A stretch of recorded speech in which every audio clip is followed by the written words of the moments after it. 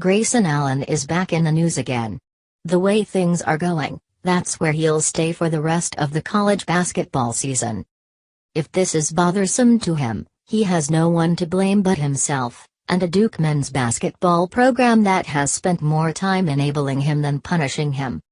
This time, it was a shove along the Florida State bench as Allen went for a loose ball Tuesday night. The replay from the Duke loss shows Allen pushing an FSU assistant coach, but the coach says, no, Allen didn't shove him, even though Allen really did, and blames himself for not getting out of the way fast enough.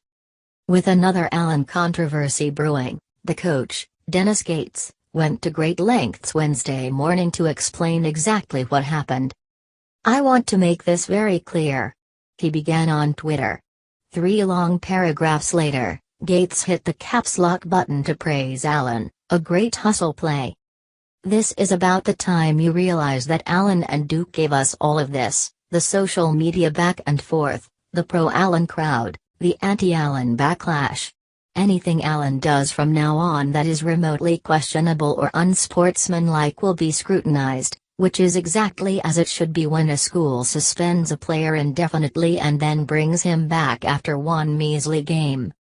Ah, the old indefinite, one-game suspension trick. Really, Mike Krzyzewski? By now, you probably know the story. 3 times in the past year, including once this season, Allen has blatantly tripped opposing players. After the 3rd offense, he was suspended December 22 and brought right back January 4. At some schools, that's called winter break. Then, last Saturday, in a victory against Boston College, there was what looked like an awkward attempted trip by Allen. And then he flew into the FSU bench and something did or did not happen. Now you're all caught up. What I don't understand is how Allen ever got to the point where he could trip a second person. The first? If that happens, when that happens, that's when a tough coach like Krzyzewski steps in, looks his player in the eye and says that will never be tolerated on his team again. If it happens a second time, as it did in this case, the coach throws the book at the kid. The suspension is definite, unmeaningful. But Duke and Krzyzewski didn't do that. They let Allen's bizarre and unbecoming behavior continue. Their punishment, coming as late as it did, was laughable. And now, here they are, surrounded by intrigue every time Allen steps onto the court.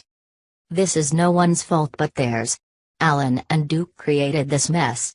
Now they get to deal with it.